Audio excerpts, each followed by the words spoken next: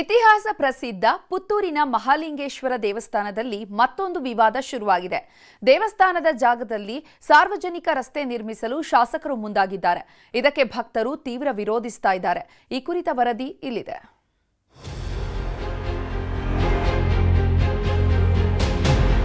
Tender ಕರೆಯದೆ ಅವರಾಗಿ ಅವರು ಕೆಲಸ ಕಾರ್ಯಗಳನ್ನು ಮಾಡ್ತಿದ್ದಾರೆ. ಇದು ಕಾನೂನು ಬಾಹಿರವಾಗಿದೆ. ನಮ್ಮೆಲ್ಲರ ಭಕ್ತರ ಅನುಕೂಲಕ್ಕೋಸ್ಕರ ಇಲ್ಲಿ ಮಾಡುವುದು.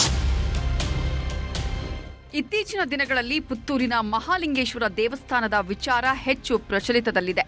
ಈ ಹಿಂದೆ ದೇವಸ್ಥಾನದ ಸೇವೆ ಮಾಡುತ್ತಿದ್ದವರಿಗಾಗಿ ನಿರ್ಮಿಸಿದ್ದ ಎಲ್ಲಾ ಮನೆಗಳನ್ನ ಕೆಡವಲಾಗಿತ್ತು. ಈ ವೇಳೆ ಶುರುವಾಗಿದ್ದ ವಿವಾದ ಈಗಲೂ ಮುಂದುವರೆದಿದೆ. ಪುತ್ತೂರು ಶಾಸಕ ಅಶೋಕ್ ಕುಮಾರ್ ರೈ ನೇತೃತ್ವದಲ್ಲಿ ದೇವಸ್ಥಾನ ಅಭಿವೃದ್ಧಿಗೆ ಹಲವು ಕಾರ್ಯಕ್ರಮ ನಡೆಸಲಾಗುತ್ತಿದೆ.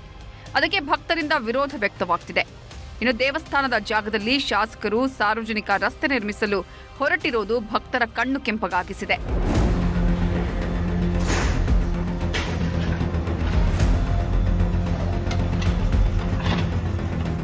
ಇತಿಹಾಸ ಪ್ರಸಿದ್ಧ ನಟರಾಜ ವೇದಿಕೆಯನ್ನ ನೆಲಸಮ ಮಾಡಿ ರಸ್ತೆ ನಿರ್ಮಿಸಲು ತೀರ್ಮಾನಿಸಲಾಗಿದೆ. ಇದು ಭಕ್ತರ ಅಸಮಾಧಾನಕ್ಕೆ ಕಾರಣವಾಗಿದ್ದು 30 ಕೋಟಿ ಬೆಲೆ ಬಾಳುವ 3 ಎಕರೆ ಜಾಗ ದೇವಸ್ಥಾನದ್ದಾಗಿದೆ.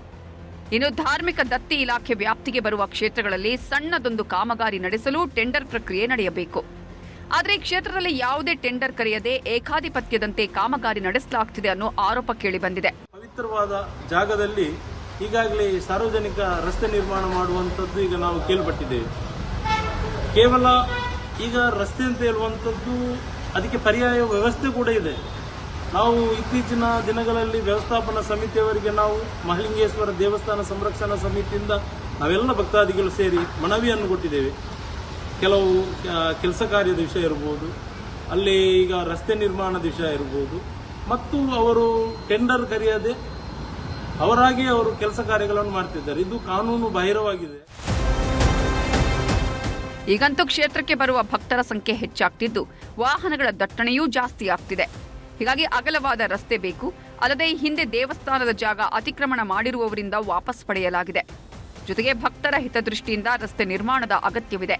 ಭಕ್ತರು ಸಹಕರಿಸಬೇಕು ಅನ್ನೋದು ದೇವಸ್ಥಾನದ ವ್ಯವಸ್ಥಾಪನಾ ಸಮಿತಿಯ ವಾದವಾಗಿದೆ. ಈಗ ಹೆಚ್ಚಿನ ವಾಹನಗಳು ರಥ ಬೀದಿಯಲ್ಲಿ ಹೋಗ್ತವೆ. ಮತ್ತೆ ನೋಡಿ, ಇಲ್ಲಿ ಯಾವಾಗಲೂ ಸೋಮವಾರ ಒನ್ ವೇ ಮಾಡ್ತಾರೆ. ಸೋಮವಾರ ಈ ಕಡೆಯಿಂದ ಬರ್ಲಿಕ್ಕೆ ಭಾರಿ ಕಷ್ಟ, ಅಂದ್ರೆ ಭಕ್ತರಿಗೆ ಅಷ್ಟು ಕಷ್ಟ ಆಗ್ತದೆ, ಬರ್ಲಿಕ್ಕೆ ಸಾಧ್ಯ ಆಗುದಿಲ್ಲ. ನಿಮಗೆ ಗೊತ್ತುಂಟು ಅದು. ಮತ್ತೆ ಅದರ ಬಗ್ಗೆ ಎಲ್ಲ ಮತ್ತೆ ನಾವು ಆಲೋಚನೆ ಮಾಡ್ತೀವಿ. ಈಗ ಅಲ್ಲಿ ಸಂಕರ ಹತ್ರ ಉಂಟಲ್ಲ, ಅಲ್ಲಿಂದ ಸ್ಮಶಾನ ಹತ್ರ ಹೋಗಿ ನೋಡಿ. ಅದಲ್ಲದೆ ಅಲ್ಲಿ 10-30 ಮನೆ ಉಂಟು ನೋಡಿ. ಅವರಿಗೆ ಈಗ ರೋಡ್ ಇಲ್ಲ. ಈ ರೋಡಿಗೆ ಆ ಮನೆಯವರೆಲ್ಲ ಸಂಪರ್ಕ ರಸ್ತೆ ಆಗ್ತದೆ.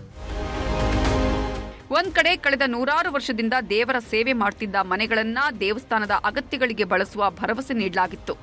ಆದರೆ ಇದೀಗ ಅದೇ ಜಾಗದಲ್ಲಿ ಸಾರ್ವಜನಿಕ ರಸ್ತೆ ನಿರ್ಮಿಸಲು ಹೊರಟಿರುವುದು ಭಕ್ತರ ಆಕ್ರೋಶಕ್ಕೆ ಕಾರಣವಾಗಿದೆ.